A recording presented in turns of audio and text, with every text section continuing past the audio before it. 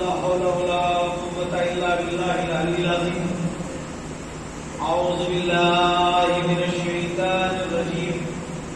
بسم الله الرحمن الرحيم. الحمد لله الذي نبر قلوبنا ببلاء الحسين وأخيه وجده وأبيه وأمه وبنيه وشيته وموالده وأجل الله يمنها ببكاء الحسين في أضره ومصيبته وجعل هاتين مهبتين وسيلة معنا في نيل قربته وتحصيل رحمته. ثم الصلاة والسلام على سيد الأنام محبوب رب المشرقين والمغربين جد الحسن والحسين الذي سمي في السماء بأحمد وفي الأرضين بالقاسم محمد. صل على محمد وآل محمد وآل الطيبين الطاهرين المعصومين المظلومين المنتخبين المنتجبين ولعنة الله على أعدائهم أجمعين من الآن إلى قيام يوم الدين. رب اشرح لي صدري ويسر لي أمري واحلل عقدة من لساني يفقهوا قولي. أما بعد فقد قال الله تعالى في قرآن المجيد والفرقان الحميد وهو أشرف القائلين. بسم الله الرحمن الرحيم. إنما يريد الله ليذهب عنكم الرجس أهل البيت ويطهركم تطهيرا. السلام على الحسين وعلى آل الحسين وعلى أولاد الحسين وعلى أصحاب الحسين. عزیزان سید الشہداء، ہماری گفتگو تیسرے مرحلے میں داخل ہو گئی. مسلسل یہ تیسرا مرحلہ ہے. کچھ معروضات مجھے آپ کی خدمت میں عرض کرنے ہیں اور نہ ہی میں آپ کے لیے نیا ہوں نہ آپ میرے لیے نئے ہیں، لہذا بہت کھل کے اور سنبھل کے کئی سارے مسائل مرحلے آسان کرنے آگے بڑھنا ہے. ایک طرح سے شکایت ہے وہ ہر جگہ ہے، جس کے لیے میں 2-4 منٹ ضائع کر دیتا ہوں. یہ سمجھ لیجیے یا ضروری ہے یا ضائع ہوتی ہے یا ضروری ہے کہ 2-4 منٹ شروع کی. دیکھیے، عید کی نماز کا ٹائم اعلان ہوتا ہے 8 بجے، تو لوگ 8 بجے وہاں پہنچ جاتے ہیں. ہوتا کہ نہیں ہوتا ہے؟ اور مجلس کا اعلان ہے 8 بجے تو مجلس میں کبھی پہنچے. اس کا مطلب ہماری نگاہ میں دونوں میں فرق ہے. جبکہ نماز اور مجلس بس منبر اور محراب کا فرق ہے، کوئی لمبا فرق تو نہیں ہے. محراب رسول اللہ کی ہے، منبر جناب دین کا ہے. جو ہم فیصلہ، جو ہم انصاف محراب کے لیے کریں وہ انصاف ہمیں منبر کے لیے کرنا چاہیے. جیسے ہمیں محراب کے لیے وقت پہ پہنچنا چاہیے ویسے منبر کے لیے بھی پہنچنا چاہیے. صلوات پڑھے محمد.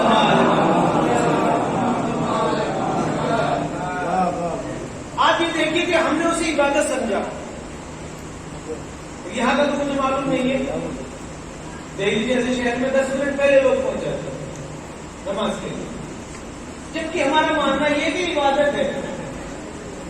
یہاں رک کے مجھے بہت ساری باتیں کہنی پڑیں گی. ابھی ہمیں یہ معلوم ہے کہ یہ عبادت ہے، تو پھر عبادت میں آدمی جلدی آتا ہے یا سستی سے آتا ہے؟ اب ایک آیت پڑھ دوں، سورہ مبارک مدثر، وَيْلٌ لِّلْمُصَلِّينَ الَّذِينَ هُمْ فِي صَلَاتِهِمْ سَاهُونَ. بے نمازی نہیں، نمازیوں کے لیے جہنم کا کنواں ہے جو نماز میں سستی برتتے ہیں. جب سستی کرنے کی وجہ سے آدمی کا حشر یہ ہوگا تو جو چھوڑ دے اس کا حشر کیا ہوگا؟ صلوات پڑھے محمد وآل محمد. اور کیجیے آپ، وَيْلٌ لِّلْمُصَلِّينَ الَّذِينَ هُمْ فِي صَلَاتِهِمْ سَاهُونَ. بے نمازی کی بات میں نہیں کر رہا ہوں، جو لوگ سستی کے ساتھ یہ کام انجام دیتے ہیں. تو اب عبادت کوئی بھی عبادت ہو اگر سستی سے کی جائے گی وہ منہ پہ مار لی جائے گی، جو دلچسپی سے کی جاتی ہے وہ قبول کی جاتی ہے.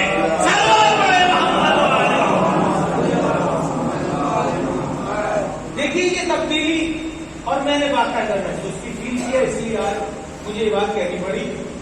جب میں شروع میں آپ کے یہاں آیا بڑا اچھا لگتا تھا. میں نے دیوان جی سے تعریف بھی کی اس بات کی کہ بھئی آپ کے یہاں مجلس کا وقت فکس ہے، لوگوں کا آنا فکس ہے، یہ بڑا اچھا لگا، بڑی ٹائمنگ ہے. لیکن اب اس سال مجھے لگا ٹائمنگ میں کچھ گڑبڑ ہو گئی. یہ ایسا لگتا ہے عزاداروں کو نظر لگ گئی ہے. صلوات پڑھے محمد والا. بہرحال اپنا سسٹم بنا کے رکھے. 90 منٹ میں مجلس ختم ہو رہی ہے، کوئی زیادہ دیر نہیں، 90 منٹ. اب آپ ذمہ دار ہیں کہ اگر 1 گھنٹہ پہلے گھر سے چلے اور پھر 1 گھنٹہ بعد یہاں پہنچے، اس کے ذمہ دار آپ ہیں. اور بہترین 90 منٹ میں بہترین مجلس ہو سکتی اور کوئی بھی شخص دے سکتا ہے.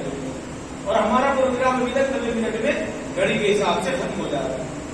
لیکن اس میں تاخیر، آنا جانا. تو میں آپ کی خدمت میں بس اتنا سا عرض کرنا چاہتا ہوں، پہلے مجلس سے زیادہ ہوتی تھی کہ اب زندہ باد اب زیادہ ہوتی ہے. پہلے مجلس سے زیادہ ہوتی تھی کہ اب زیادہ ہوتی ہے. تو فائدہ پہلے زیادہ ہوتا تھا کہ اب نہ فائدہ پہلے زیادہ ہوتا تھا. یہ الٹا ہو گیا نا، الٹی گنگا بہنا اسی کو کہتے ہیں. پہلے مجلس کم تھی، فائدہ زیادہ تھا. اب مجلس زیادہ ہے، فائدہ کم ہے. وجہ کیا ہے؟ جب آدھی بات سنے گا آدمی تو پلے نہیں پڑا. 10 مجلس میں گیا کچھ بھی پلے نہیں پڑا. ایک مجلس میں جائے شروع سے آخر تک رہے، تبھی تو سمجھ میں آئے کون آیا تھا، کون گیا تھا، کون آیا تھا، کون آئی تھی. چلو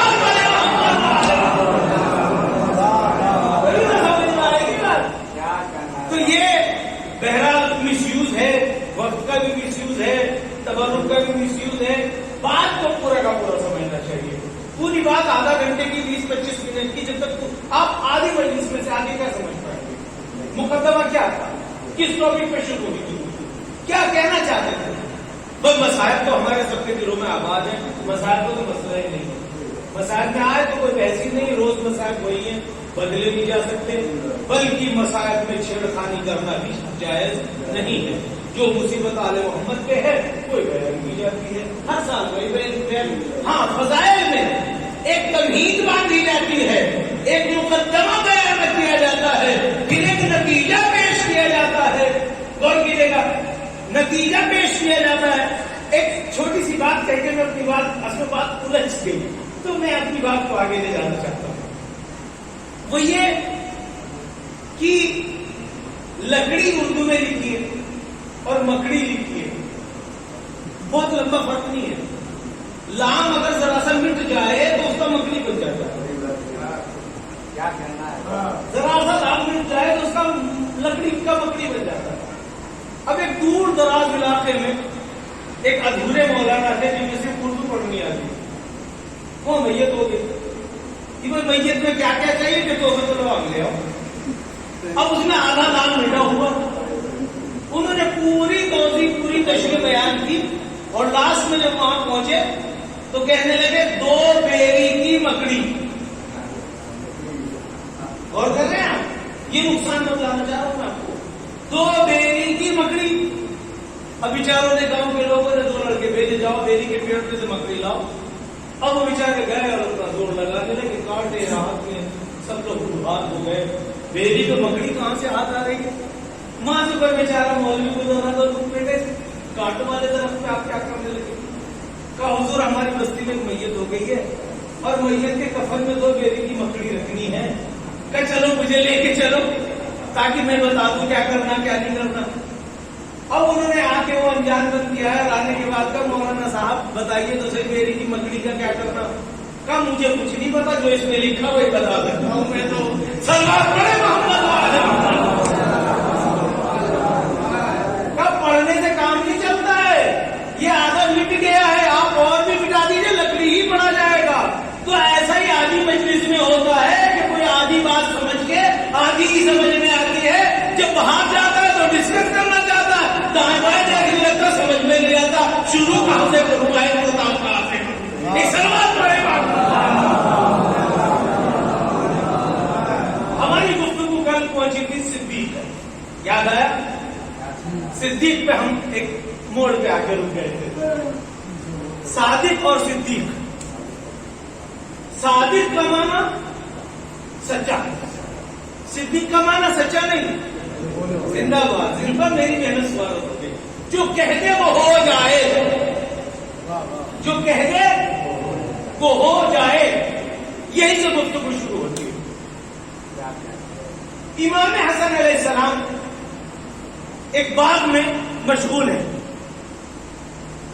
وہاں سے امیر شام کو گزر ہوا، اس نے نوکر چاکر اور فوج کے لشکر کے ساتھ دیکھا کہ حسن باغ میں ہے،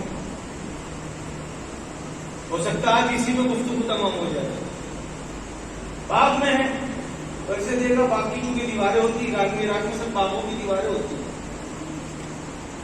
دیکھا ان کو، اور ان کو دیکھنے کے بعد مذاق اڑانے کے انداز میں کہتا ہے، چونکہ عصمت پہ بات چلی تھی ہماری، وہ عصمت بیچ میں رہ گیا، پہلے عصمت سمجھ لیجیے، تو میں اس بات کو کہوں، عصمت ایک اللہ کی طرف سے دیا ہوا عہدہ ہے، باتیں ہوئی۔ اب صاحب عصمت چاہے کوئی بھی ہو، چاہے وہ عیسیٰ ہو، چاہے مریم ہو، چاہے حسنین شریفین ہو، وہ ایک خاص عہدہ ہے، یہ جو پرسنل ایک عقیدے کے اعتبار سے میں بیان کرنا چاہ رہا ہوں، اس میں عیسیٰ بھی ہیں، موسیٰ بھی ہیں، آدم بھی ہیں، حوا بھی ہیں، اور سارہ ہیں، اور اس میں اسماعیل ہے، اس میں ابراہیم ہے، اس میں جناب آدم ہے، اس میں حسنین شریفین ہیں، اور 14 معصوم ہیں، ان کے خاندان میں چاہے 2000 لوگ ہوں، ہمیں ان سے کوئی مطلب نہیں، 14 ہیں، 15 نہیں ہو سکتے، بات سمجھ میں آ گئی؟ تو وہ ایک خاص عہدہ ہوتا ہے عصمت، اس عہدے کو میں کیسے سمجھاؤں؟ جیسے یہ ستون ہے میرے سامنے، آپ اب LCD کیا کہتے ہیں اس کو، جو تصویریں دکھلاتی ٹیلی ویژن کی طرف، اگر وہ کوئی ایسے بنا دی جائے LED، تو عصمت ایک پروردگار کی طرف سے دی ہوئی خاص طاقت ہے، جس طریقے سے میرے لیے آپ نے ایک خاص طاقت کا انتظام کیا، میں بولتا ہوں تو لوگوں تک آواز چلی جاتی ہے، اسی طریقے سے آپ اگر ایک شیشے کا انتظام کر دیں کہ میں جہاں کو نظر اٹھاؤں سارا دکھنے لگے، اور کر رہے ہیں آپ، اسی طریقے سے اللہ کی طرف سے ایک نور کا ستون ہوتا ہے، نور کا ستون کس کے سامنے؟ صاحب عصمت کے سامنے نور کا ایک ستون ہوتا ہے، زمین سے کھڑا ہوتا ہے، ایک شخص آیا، آنے کے بعد دوسرے کے لیے کہتا ہے اس نے میرے گھر میں چوری کی، وہ کہتا میں نے چوری نہیں کی، معصوم جیسے پلک جھپکتے ہیں نا نور کے ستون میں دیکھتا ہے، وہ فلم لوٹ جاتی ہے، کب کیسے چوری کی ہے، اس کا نام عصمت ہے، اور کیا آپ نے وہ سب کو جناب عیسیٰ سے کسی نے کہا کیسے پتہ لگاتے ہو؟ کب میں بتاؤں تم گھر میں کیا رکھ کے آئے ہو، بتاؤں تم کیا کھا کے آئے ہو، بتاؤں کیا دفن کر کے آؤ، یہی وہ عصمت کا تقاضا تھا کہ وہ گھر میں سب میں سما جائے،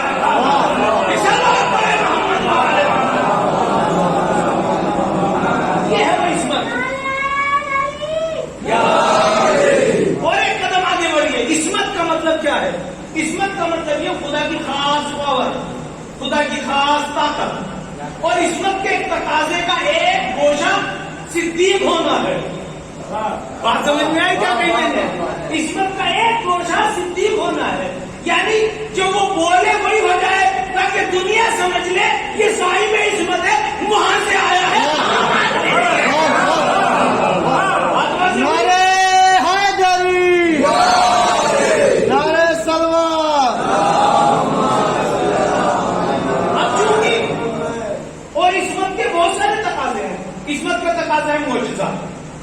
معجزہ، وہ کہتا میں معجزہ جو کہوں میں دکھلاؤں، ایک دوسرے اسے چروائی نہیں آتی ہے، اگلا ہی نہیں لیتا ہے جو صاحب عصمت ہوتا ہے، مکھی اس پہ نہیں بیٹھ سکتی ہے، سایہ اس کا نہیں ہوتا ہے، یہ ساری بہت ساری صفتیں ہیں، اور ایک یہ بھی صفت ہے، ایک نمبر کتنی ہے کہ جو کہے وہ ہو جائے، ہماری طرح بکواس نہ کرے، کبھی کہا کبھی چپ ہوا، وہ بولتا ہی جب ہے جو وہی آ جاتی ہے۔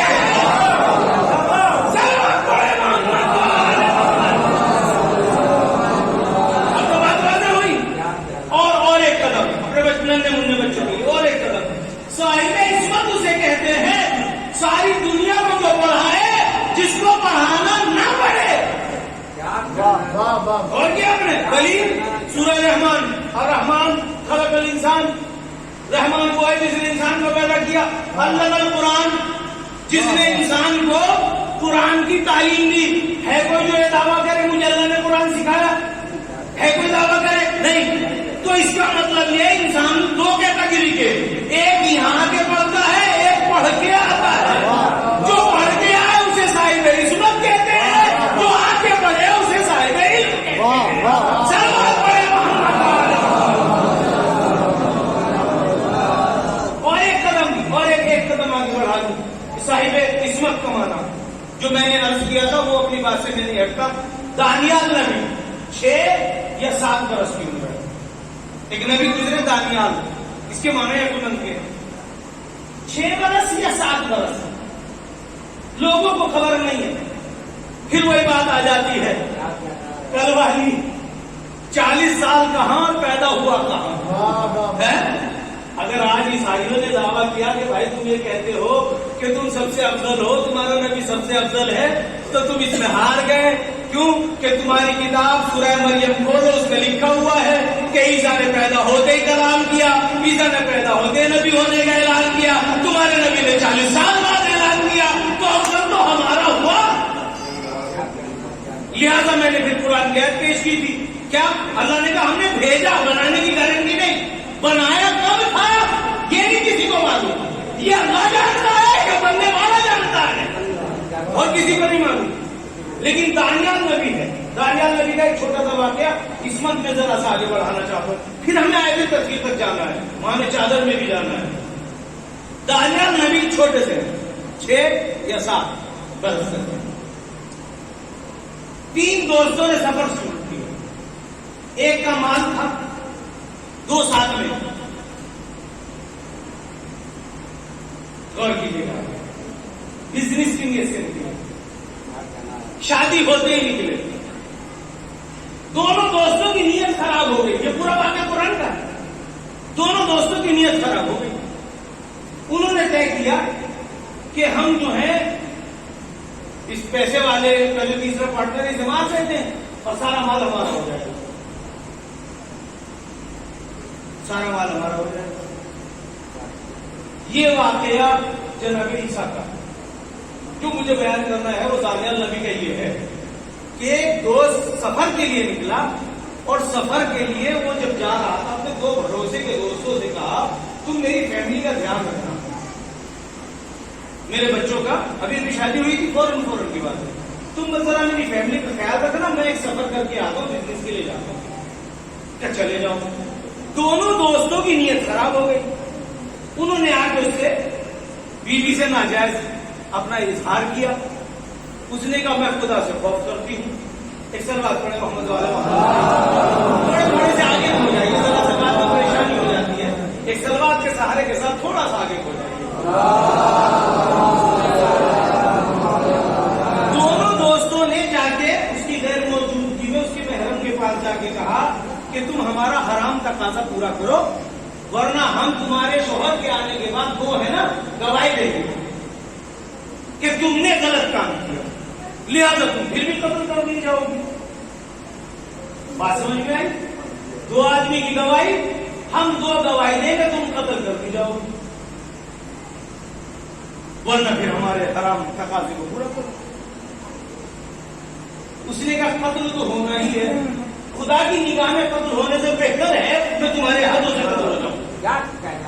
اور کیا آپ نے، یہ ہے ایمان کی پہچان، یہ ہے ایمان کی مضبوطی، وہاں قتل ہونے سے بہتر ہے کہ میں یہاں قتل کی جاؤں، لیکن میں تمہارے ناجائز مطالبے کو پورا نہیں کر سکتا۔ غرض وہ چند 1 مہینہ 2 مہینہ 6 مہینے بعد وہ آ گیا، جیسے ہی وہ آیا انہوں نے پورا پلان بنایا، اور پلان بنانے کے بعد اس کو مالدار بزنس مین کو بتایا، اس نے بادشاہ کو بتایا، بادشاہ نے پورا پلان بنایا کہ کل کو اس کو لڑکی کو عورت کو قتل کر دیا۔ 7 سال کی عمر میں اتنی کھوپڑی نہیں ہو سکتی آدمی۔ بادشاہ کی طرف سے اعلان ہوا کہ منادی کرنے والا ندا دیتا جائے کہ کل فلاں جگہ پر فلاں جگہ پر سب لوگ جمع ہو جائیں، ایک خاتون کو قتل کیا جا رہا ہے۔ اور وہ طریقہ جو آپ بچپن سے دیکھتے آئے، ڈھول بجانا، اس کو شور مچانا، کہنا بھائی فلاں جگہ جمع ہو جانا، کل ایک خاتون کو اس کے گناہوں کی وجہ سے قتل کیا جائے۔ توجہ رہے جو میں عرض کرنا چاہتا ہوں، جب یہ اعلان کرتا ہوا ایک بازار سے گزرا، اب 2-3 کرداروں کے نام بتانے ضروری ہے۔ ایک ہے بادشاہ، ایک ہے وزیر، ایک ہے سرمایہ دار، دو ہے گواہ، ایک ہے خاتون۔ بادشاہ کے پاس مقدمہ پہنچ گیا، جیسے ہی وہاں سے گزرے تو دانیال نبی کھڑے تھے جن کی عمر 6 یا 7۔ ایک مرتبہ جیسے ہی وہاں سے گزرے اور منادی کرنے والے تو ان کے ساتھ وزیر تھا۔ وزیر کی موجودگی میں دانیال نبی نے اپنے دوستوں سے کہا سنو بھائی آؤ ایک کھیل کھیلتے ہیں۔ کیا کھیل؟ کہ میں بادشاہ ہوں، توجہ ہے، میں بادشاہ ہوں، تم وزیر ہو، تم وہ بزنس مین ہو، تم وہ دو دوست ہو، اور مقدمہ میرے پاس لے کے آؤ تاکہ میں اس کو حل کر دوں۔ اور کیا کریں؟ جیسے ہی کہ مقدمہ کان میں وزیر کے پڑا کہ یہ معاملہ تو ہمارا ہے۔ اب سمجھ میں آیا اس بات کا مطلب؟ اب تو اس میں سمجھ میں آئی، اب تو اس میں سمجھ میں آ گئی۔ یہ ہے صاحب عصمت۔ وزیر نے کہا ٹھہرو، ڈھول بند کرو، کھڑے ہو جاؤ۔ خاموشی سے کھڑے ہو گئے، سناٹا چھا گیا۔ ایک مرتبہ وہ بیٹھ گئے ایک جگہ جا کے، دانیال ننھا سا بچہ، ان کی نگاہ میں بچہ، اس کو کہتے ملک۔ وہ ملک بیٹھ گیا، قرآن کی زبان میں ملک کے نام سے، مالک کے نام سے، کئی سارے نام سے وہ بیٹھ گیا۔ انہوں نے ایک لڑکے سے کہا وزیر بنایا تھا جس کو، وزیر ادھر آؤ۔ وزیر نے سوچا میں اپنا کیریکٹر یاد کر دوں، توجہ رہے بس میں کسی منزل میں لے جاؤں گا آپ کو۔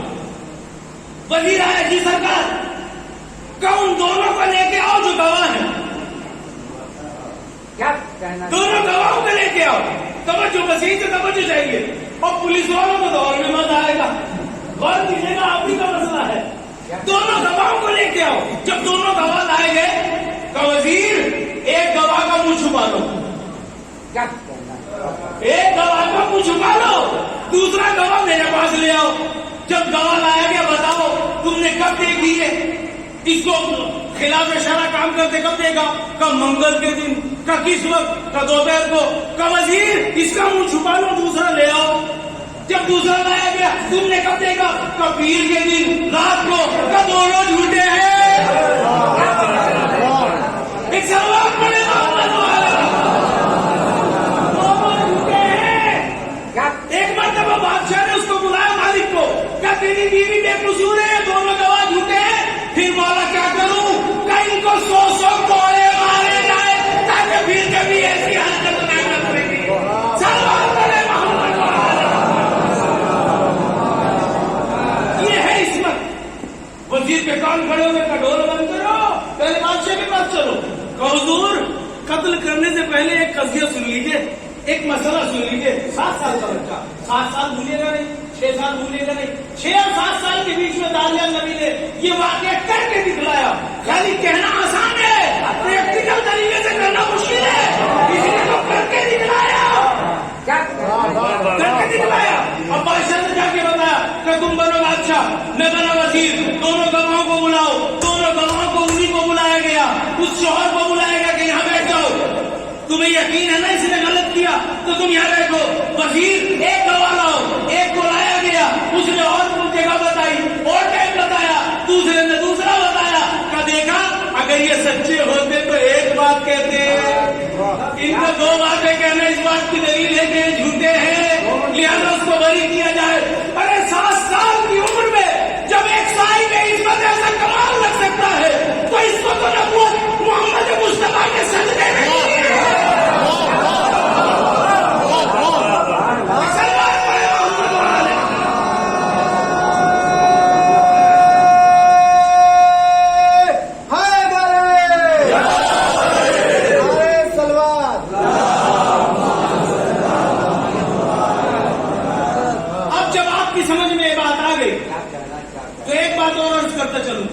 پھر میں کسی نتیجے پہ آپ کو لے کے چلوں۔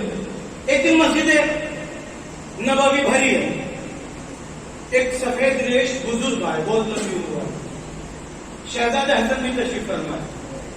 بات شروع ہونے سے پہلے مقدمہ آپ کی نظروں کو میں سماعت کر دوں تو بات ہو جائے گی۔ آئے خضر نبی،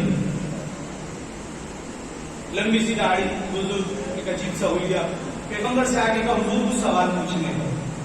پیغمبر نے کہا میرے نواسے سے معلوم کر لو, میرے نواسے سے معلوم کر لو. یا رسول اللہ امت کو یہ بچہ کہہ کے ڈال دے گی. آپ نے کیا کیا کہ امت ہی کو تو سمجھانا ہے. جو صاحب عصمت ہوتا ہے اس کی عمر میں کوئی فرق نہیں ہوتا, بچپنے میں بھی ایسا ہی ہوتا ہے, جوانی میں بھی ایسا ہی ہوتا ہے. پوچھا گیا کونے میں چلے گئے گوشے میں. جناب امام حسن علیہ السلام گفتگو ہونے لگی. جب تھوڑی دیر گزر گئی گفتگو ہوتے ہوتے چلے گئے, سلام کر کے آئے, سلام کر کے گئے. اصحاب نے کہا یا رسول اللہ یہ بزرگ شخصیت کون تھی, ہم نے پہلے کبھی نہیں دیکھا, ہم نے پہلے کبھی نہیں دیکھا. کہا یہ خضر علیہ السلام تھے. اب سمجھ میں آیا, ساری دنیا کو راستہ بتائے تو خضر, اور مسئلہ الجھ جائے تو حضرت سے آ کے معلوم کرے. اور کیا اب آپ سمجھ میں آئے گا. کوئی صاحب عصمت ایک شہزادہ کھیت میں کام, باغ میں کام کر رہا ہے, امیر شام کا معذور ہو. نبی کے زمانے میں نبی کی زبان چوس کے بڑا ہونے والا شہزادہ جس کا ذکر بہت کم ہوتا ہے. باغ میں دیکھا کام کرتے ہوئے, میں نے کہا نا صدیق لفظ یاد ہے, جو کہے وہ ہو جائے. ایک مرتبہ باغ کی دیواروں کے اوپر سے دیکھ کے کہا حسن تمہارے بڑے غیب کا دعویٰ کیا کرتے تھے کہ دعویٰ واقعی ہے.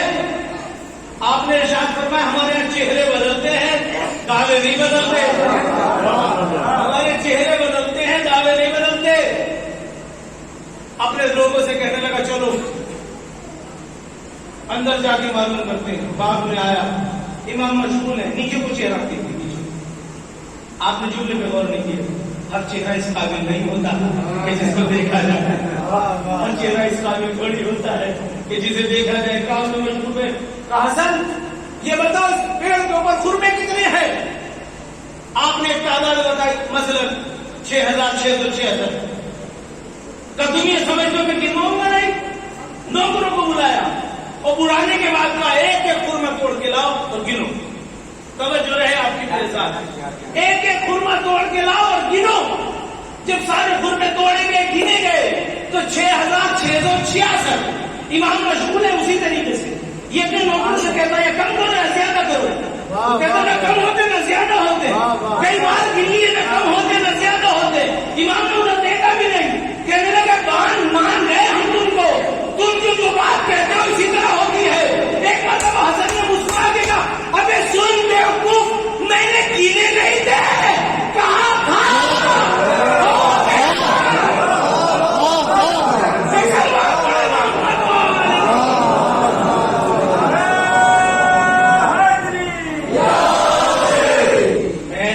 کہا تھا ہو گیا. لہذا جناب یوسف تک ہماری بات آ گئی تھی, خود قرآن میں آئے تھے. اچھا یہاں پہ میں رک کے آپ سے ایک بات کہنا چاہتا ہوں. کبھی کبھی میرے ہم عمر بھی لوگ آتے ہیں, کم عمر بھی آتے ہیں, وہ ہنسی مذاق بھی کرتے ہیں. تو لہذا مذاق کے لیے بھی قرآن کی ایک کیپیسٹی, ایک حد ہے, اس سے پار نہیں جانا چاہیے. مثلا جناب یوسف زندان میں رہے 6 برس. جب زندان سے چھوٹے پہلے بہت اچھے سے ان لفظوں کو سمجھیے. 6 سال رہے جیل میں, پھر جیل سے چھوٹے. اس سے پہلے 2 جملے, جب بھی آدمی کوئی بات کہے تو سنبھل کے کہے, ایسی بات نہ کہے جو غلط ہو. کبھی کبھی ایسی تبدیلی ہوتی ہے کہ جو لفظ کہتا ہے وہی ہو جاتا ہے. اور کیا آپ نے لہٰذا کبھی غلطی سے بھی, اچھا یہاں رک کے بھی ایک بات کہنی پڑے گی, اللہ کو شریک کر لینا چاہیے. ہم جا رہے راجا پور, انشاءاللہ راجا پور جائیں گے, انشاءاللہ دہلی جائیں گے, انشاءاللہ اپنا کام شریک کر لینا چاہیے تاکہ غلط نہ ہو, شیطان شریک نہ ہو سکے. اور کر رہے ہیں آپ. اب یہاں پہ رک کے میں اپنے جوانوں کے کیسا فارمولہ دیتا جاؤں تو کبھی نہ بھولیں. ایک بہت ہی شریف آدمی جو بغیر اللہ کو شامل کیے کوئی بات کہتا ہی نہیں تھا, اور ایک بیکار آدمی تھا جو وہ کرتا رہتا تھا, اس کی زبان کو لگام نہیں. جو اللہ کو بیچ میں لے کے بات کرتا تھا وہ راستے میں کھڑا تھا. دور سے وہ دوست آ رہا تھا, بیوقوف قسم کا, اکڑو. اس اکڑوں نے آ کے کہا سلام ہوا کے بعد کہ کہاں جا رہے ہو؟ شریف نے پوچھا. وہ اکڑ کے کہنے لگے بازار جا رہے ہیں, گدا خرید کے لائیں گے. وہ اس کو گدا موٹر سائیکل بہرحال ایک چیز تھی قیمتی سامان, گدا خریدنے جا رہے بازار. تو شریف آدمی نے کہا بھائی انشاءاللہ تو کہو. تو اکڑ کے بولے انشاءاللہ کیسا؟ گدا مارکیٹ میں, پیسہ جیب میں, پھر انشاءاللہ کیسا؟ پھر انشاءاللہ کیسا؟ گدا جیب میں, گدا پیسہ جیب میں, گدا مارکیٹ میں, اب انشاءاللہ کیوں کہوں؟ شریف آدمی نے کہا بھائی جا, یہی بہت ہے, میں نے تجھے یاد دلا دیا, جا. اب اتفاق گھنٹہ 2 گھنٹہ کے بعد جب واپسی کا وقت ہوا تو یہ شریف پھر وہی کھڑا تھا, وہ آ رہا تھا لیکن وہ خالی ہاتھ آ رہا تھا, اس کے ساتھ گدا نہیں تھا. ایک مرتبہ شریف آدمی نے آگے بڑھ کے سلام دعا کر کے کہا بھائی آپ تو گدھا لینے گئے تھے, خالی ہاتھ کیوں آئے؟ کہنے لگے انشاءاللہ جیب کٹ گئی, انشاءاللہ پیسے اکٹھے کریں گے, انشاءاللہ پھر گدا خریدیں گے. چلو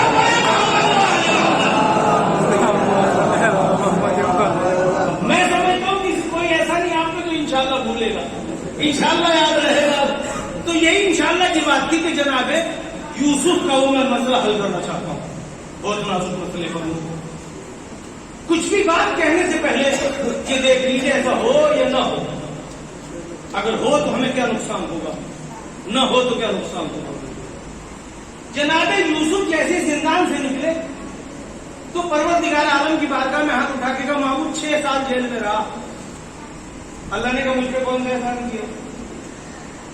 اور تو نے جیل میں رکھا کہ میں نے کب رکھا؟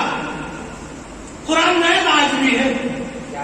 ایک دن جناب یوسف کو جو زلیخا نے پریشان کیا تو کہنے لگے رب آبا الیہ سجن, محمود اس گھر سے اچھی تو جیل ہے, نہیں پہنچی بات, اس گھر سے اچھی تو جیل ہے, تو نے جیل مانگی تھی, پہلے جیل میں دی تھی, کیا نہ سوچ کے مانگا کرے. چلو بہت آپ نے, میں نے تھوڑی دی تھی, میں نے تھوڑی دی تھی, تو نے مانگی تھی. اب یہاں کے ایک بات اور عرض کرنی تھی مجھے, وہ یہ کہ جناب یعقوب کے 11 بیٹے یوسف کے علاوہ یعنی 12 بیٹے, 10 بیٹے ایک بیوی سے, 2 بیٹے بنیامین اور یوسف ایک بیوی سے. میں اپنے تمام جوان بھائیوں سے مخاطب ہوں, بزرگوں کو تو مجلس سے بات نہیں. ایک دن جناب یعقوب کے بیٹوں نے جناب یعقوب سے کہا اے یعقوب, اے نبی اللہ, ہم نے آپ کو یوسف کی جدائی میں رلایا, ہم نے یوسف کو بال پکڑ کے مارا, ہم نے یوسف کو کنویں میں ڈالا, ہم نے یوسف کو کھوٹے سکوں میں بیچا. یوسف کی باتیں جب بھی اپنے گھر آ گئے تھے, ایک جگہ رہنے لگے. اتنا ہم نے 2 نبیوں کو ستایا ہے, 10 بیٹوں نے کہا اتنا ہم نے 10 نبیوں کو ستایا ہے, کیا وجہ پہ عذاب نہیں آیا ہے؟ سوال اچھا.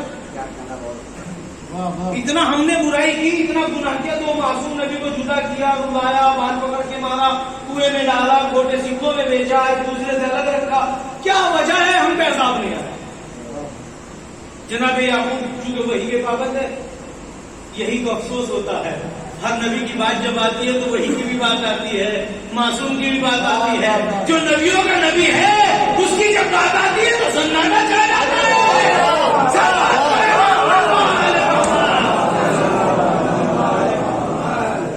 دیکھیے بات بہت طولانی ہو گئی, ابھی ذرا سا دامن وقت میں گنجائش ہے, پہلے تھوڑا سا میرے بچے رہ جائیں گے, میں ذرا سا 2-3 منٹ میں حل کر دوں گا. جناب یعقوب کے پہلی جو 2 بچے ہیں وہ ایک بیوی سے اور 8-10 بچے ایک بیوی سے, اور معصوم قرآن کی آیت میں پڑھ دیتا ہوں, ان اللہ اصطفى آدم و نوح و ابراہیم و آل عمران وذریۃ بعضهم من بعض. قرآن کی آیت ہے, ہم نے جو نبی بنائے وہ سب ایک دوسرے کی نسلی بنائے, خاندانیوں کو بنایا ہے, غیر خاندانیوں کو نہیں بنایا. جب بھی ہم نے کوئی نبی بنایا ہے تو کسی خاندان سے لے کے بنایا ہے, لہذا ہونے والے نبی کو آنے والے کی اطلاع ہوتی تھی, کیونکہ نبی کو پہچانتا ہے. نہیں پہنچی بات, نہیں پہنچی. پھر میں کہہ دوں, جناب ابراہیم کو 90 سال یا 100 سال کی عمر میں اسماعیل ملا اور خواب دیکھا تھا کہ میں ذبح کر رہا ہوں, تو اس بچے سے پوچھا کہ تیرا کیا خیال ہے؟ کہ بابا جو حکم ملا تھا ڈالیے، مجھے وہ باتیں نہیں کہنی تھی، اسی لیے کہنی ہے خواب دیکھنے والا نبی، خواب سننے والا نبی، سننے والا یہ بتانا چاہتا تھا بابا جیسے تو نبی ہے ویسے میں بھی ہوں۔ ہم ایک دوسرے کو جانتے ہیں، ہم ایک دوسرے کو جانتے ہیں، بس یہی بات ایک دن کھل کے آنی تھی۔ کیسے کھل کے آنی تھی؟ روشن ہونی تھی۔ کیا روشن ہونی تھی؟ یوسف کو یہ خبر ہونی تھی کہ میں اپنے بابا کو بتا دوں بعد میں نبی بنوں گا، اور یعقوب کو یہ خبر ہونی تھی کہ میرے بعد یہ نبی ہوگا۔ اس لیے جناب یوسف نے خواب دیکھا۔ کیا دیکھا؟ یا ابت انی رأیت احد عشر کوکبا والشمس والقمر رأیتهم لی ساجدین۔ اے میرے بابا میں نے خواب دیکھا، ایک چاند ہے، ایک سورج ہے، 11 ستارے ہیں جو مجھے سجدہ کر رہے ہیں۔ کہ یا بنی لا تقصص رؤیتک، اے میرے بیٹے یہ خواب اپنے بھائیوں کو مت بتا دینا، کیونکہ شیطان انسانوں کا دشمن ہے۔ باپ اور بیٹا سمجھ گئے۔ کیا سمجھ گئے؟ کہ یہ بھی صاحب منصب، میں بھی صاحب منصب، یہ بھی صاحب عصمت، میں بھی صاحب عصمت۔ یہ بات ایک دوسرے کو سمجھانی تھی نا۔ ارے جب بھی عصمت کی بات آتی ہے تو ہر نبی کے ساتھ عصمت لگی ہے۔ بچپنے میں یا وہ باپ کو سمجھاتا ہے یا باپ بیٹے کو سمجھاتا ہے۔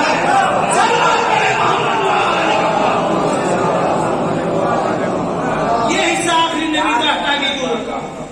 یہ حصہ آخری نبی سے ہٹا کے کیوں رکھا؟ اس کا مطلب بڑوں کو بھی خبر رہتی ہے کہ ان میں سے کون سا بنے گا، اور بننے والے کو بھی خبر رہتی ہے۔ اتنا ہونا تھا، وہ لمبی چوڑی داستان ہے۔ آخر میں انہیں شیطان ان کے بیچ میں آ گیا۔ جب شیطان بیچ میں آ گیا تو ان لوگوں نے لے جا کے کنویں میں ڈال دیا۔ یہاں تک آپ جانتے ہیں کہانی۔ کنویں میں ڈال کے دور جا کے بیٹھ گئے۔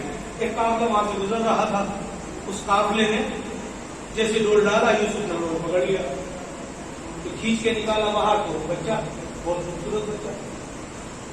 تو بھائی میں تو مزہ آ گیا، میں بیچوں گا، مالدار ہو جاؤں گا۔ یہ دوڑ کیا، یہ بتانا ضروری ہے۔ اور آگے کہنے لگے ہمارا غلام ہے، کھو گیا۔ غلام ہونا کوئی ذلیل اور حقیر بات ہے، یہ ہمارا غلام ہے، کھو گیا۔ اس نے کہا میں نے تو پایا ہے، کہ چلو ہم تم کو بیچ دیتے ہیں۔ کہ کتنے کا؟ 18 روپے کا، اور 18 کے 18 سکے پھوٹے تھے قرآن کے۔ یوسف لاکھ پکارتے رہے میرے بھائیوں مجھے مت بیچو۔ وہ اپنی سواری کے ساتھ مصر لے گیا۔ جب مصر لے گیا، کہیں کسی نتیجے پہ جانا ہے ہم کو بھی، جب وہ مصر لے گیا تو دور سے اس کے ساتھ بھیڑ لگی چلی اسے دیکھنے کے لیے۔ اس نے کہا اللہ نے دولت سے نواز دیا۔ اس نے بھی بچے کے چہرے پہ نقاب ڈال دی، جسے دیکھنا ہے روپیہ دو، جسے دیکھنا ہے روپیہ دو۔ پہلے تو مالدار ایسے ہوا، اب بیچنے کی باری آئی، کہ بیچو۔ کہاں بیچیں گے؟ ایک پلے میں اسے رکھو اور ایک پلے میں دولت رکھو، جو جتنی ہو جائے برابر میں دولت کے ہم وزن میں بیچوں گا۔ نتیجہ یہ ہوا بڑے بڑے سرمایہ دار آئے اور دولت کو پلے میں بھرا، اور یوسف کا پلہ نیچے رہا، اونچا نہ ہوا۔ یہاں سے آپ کو کہیں لے جانا تھا، یہاں سے کہیں لے جانا تھا۔ ننھی سی عمر یوسف کی۔ ایک مرتبہ یہ بات عزیز مصر کو پتہ لگی کہ بازار میں غلام بکنے آیا جو بہت ہی نہایت حسین و جمیل ہے۔ اس کی بیوی نے کہا ہمارے اولاد نہیں ہے، ہم خرید لیتے شاید ہمیں کوئی فائدہ ہو، چلو۔ اور جو جا کے دیکھا تو جسے خواب میں دیکھتی تھی وہ یہ ہے، یہ ہے وہ جسے خواب میں دیکھتی تھی۔ عزیز مصر کو دیکھتی تھی خواب میں، لیکن عزیز مصر کوئی اور۔ یہ عزیز بنیں گے تب شوہر بنیں گے۔ اب اس نے خواب میں شادی اس لیے ہم کی تھی کہ عزیز مصر سے رشتہ آیا، جب اسے دیکھا وہ کوئی اور۔ کہ یہ ہے شوہر سے کا خریدو۔ شوہر نے سارا انبار لا کے چڑھا دیا پلے میں، لیکن یوسف کا ایک پلہ اونچا نہ ہوا۔ آخر میں یوسف نے کہا کیا چاہتا ہے؟ کہ میں تجھے خریدنا چاہتا ہوں۔ کون؟ عزیز مصر۔ کون؟ بت پرست۔ کون؟ کافر۔ کون؟ مشرک۔ بادشاہ مصر کا کہتا ہے میں تجھے خریدنا چاہتا ہوں۔ ایک مرتبہ یوسف نے مسکرا کے کہا مجھے خریدنے کی ایک شرط ہے، میں دولت میں نہیں بکتا، دولت میں نہیں توڑا جا سکتا۔ پھر کیا کاغذ قلم لیا، ابھی خرید سکے گا۔ کاغذ قلم لیا، میرا جملہ ظاہر ہو گیا۔ اس نے کاغذ قلم لا کے دے دیا۔ ارے مبارک ہو تجھے چھوٹی سی عمر میں۔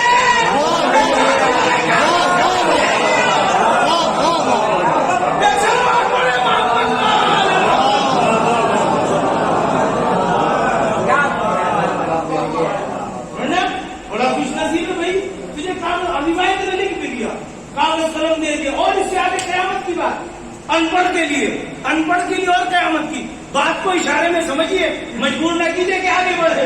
ایک مرتبہ یوسف نے کاغذ لیا، قلم لیا، اس میں لکھا بسم اللہ الرحمن الرحیم، اور عزیز مصر کو دے کے کہا اس پلے میں رکھ دے. جیسے پلے میں رکھا تو فوراً وہ پلہ اڑ گیا، وہ پلہ اڑ گیا. دوستو عزیزو، اگر بوڑھے نبی کو لکھنا نہ آئے تو یوسف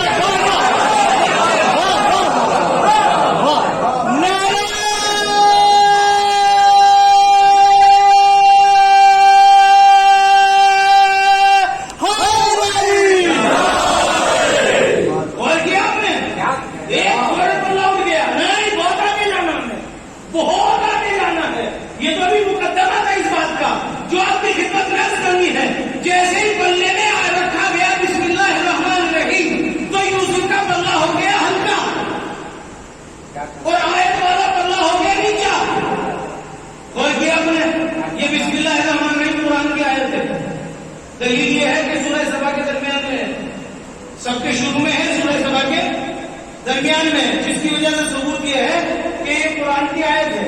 اور بھی ثبوت میرے پاس ہے. ایک آیت جب ایک پلے میں رکھی تو یوسف جیسی نبوت ہلکی پڑ گئی. ایسے ابھی نہیں، بہت آہستہ سے پیش کرو.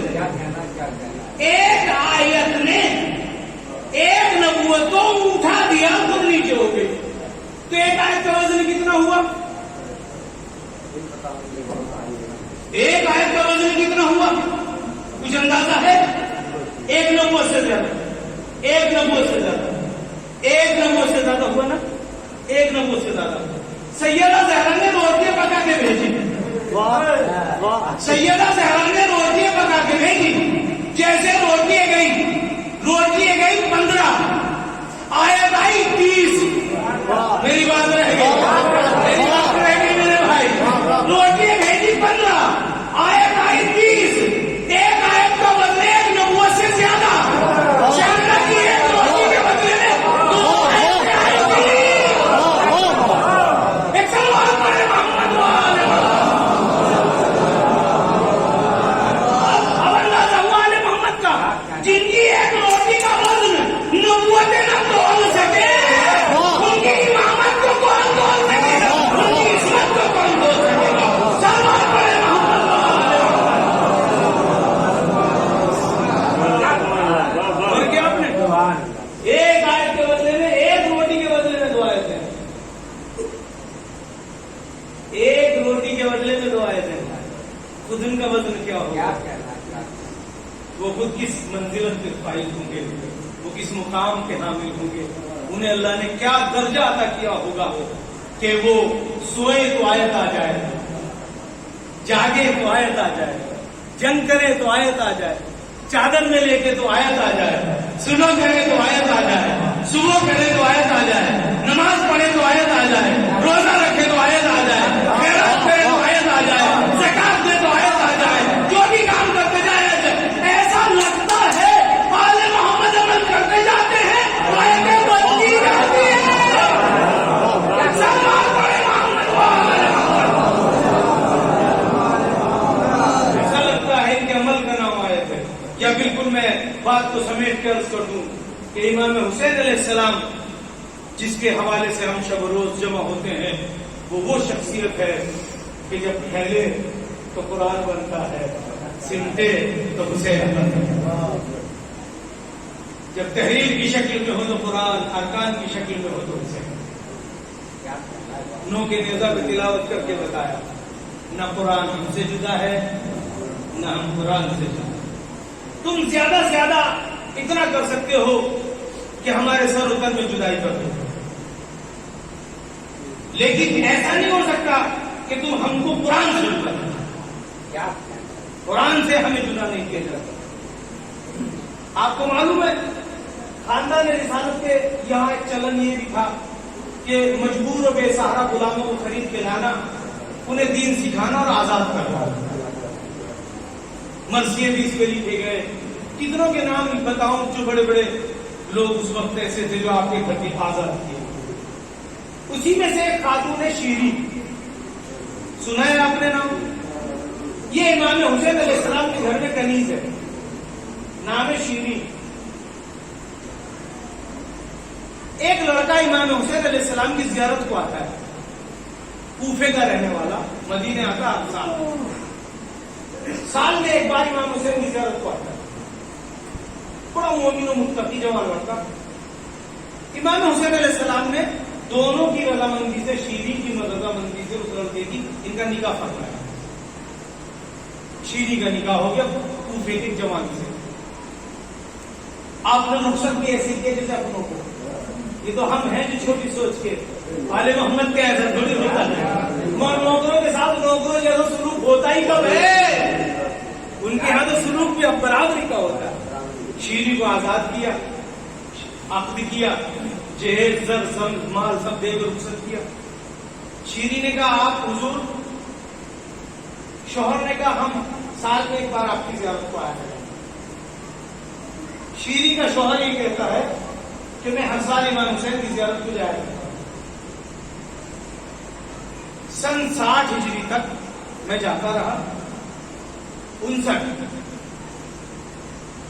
جب 60 ہجری لگی میں آپ کی زیارت کو گیا تو امام حسین علیہ السلام نے کہا اب آپ نہ آئیں،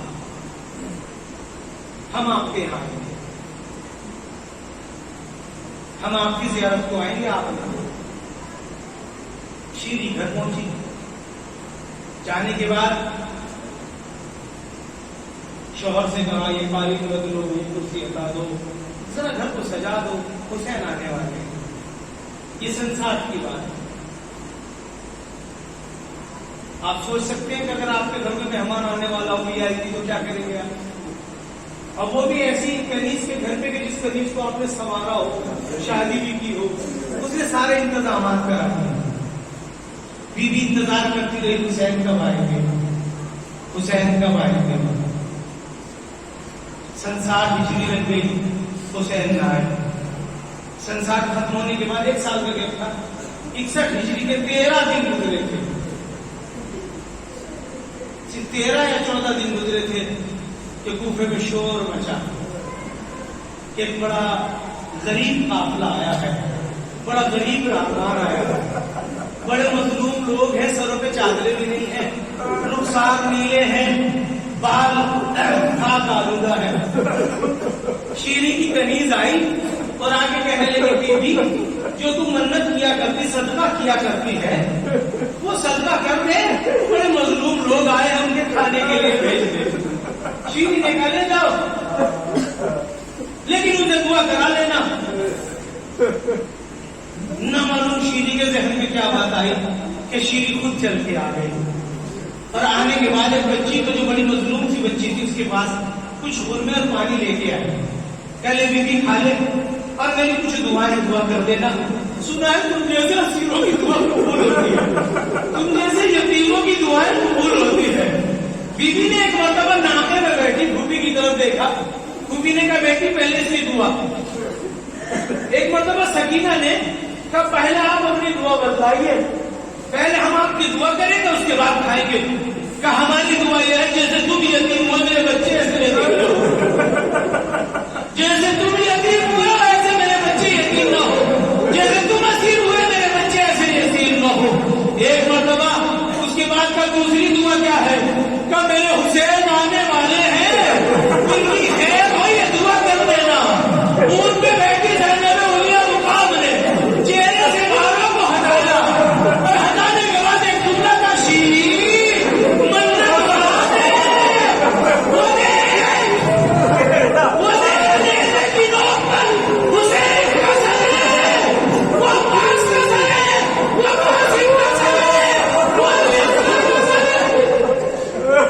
شیری اپنی مدد بڑھا دے، ایک جملہ کہنا میری سماع ہو رہی ہے، ایک جملہ سنتے جائیے جب تک یاد آئے گا کہ کیا کرتے رہیں گے۔ ایک مرتبہ شیری نے مدد کے کہا، ایک ایک سر کو دیکھتی جاتی ہے، آخر میں ان کے نزدیک آ کے ایک جملہ کہتی بی بی میں نے سارے سر دیکھے مجھے باس کا سر نظر نہیں آیا۔ آپ کی آوازیں بلند ہو گئی، آپ کو اس کا اجر دے گی، بی بی فاطمہ الزہرا آپ کو اس کا اجر دے گی۔ بی بی مجھے سارے سر نظر آ گئے، مجھے میرے بھیا کا سر نظر نہیں آتا۔ ایک مرتبہ زینب نے انگلیاں مقابلے کا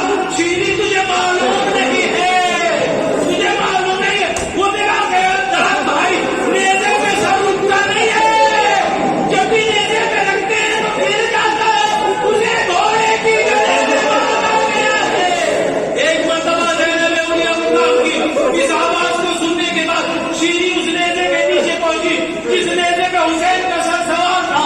ایک مرتبہ شیری نے کہا یا باپ اللہ میں شیری ہوں. حسین نے کہا سلام علیک یا شیری. اے شیری تجھ پہ سلام ہو. شیری نے کہا مولا کیا ایسے آنے کا وعدہ تھا؟ آپ نے تو پانی بھی نہ پیا. حسین نے کہا پانی ہمارے نصیب میں نہیں. میرے ساتھ محرم سے پانی بنے ہمارے مقدر سے پانی کہاں. انا للہ و انا الیہ راجعون. سیعلم الذین ظلموا ای منقلب ینقلبون. پروردگار ہماری اس عبادت کو قبول فرما. جو مومنین و مومنات نے احتجاج کی ان کی مغفرت فرما. جو بے گھرے گھر عطا فرما. امور مسلمین کی اصلاح فرما. بہن محمد والے محمد جو بچے بچیاں پڑھنے میں مشغول ہیں کامیابی کامرانی عطا فرما. بہن محمد والے محمد اس وقت تمام جگہوں پر اسلام کے خلاف بغاوتیں ہیں. پروردگار اسلام کی حفاظت فرما. پرچم اسلام کو سر بلند فرما. پرچم کفر و نفاق کو سرنگوں فرما. ان مجلسوں کے وارث حضرت کے ظہور میں تاکید فرما. ہم کو ان کے نوکروں میں شمار فرما. ربنا تقبل منا انك انت السميع العليم والحمد لله رب العالمين. مادم سے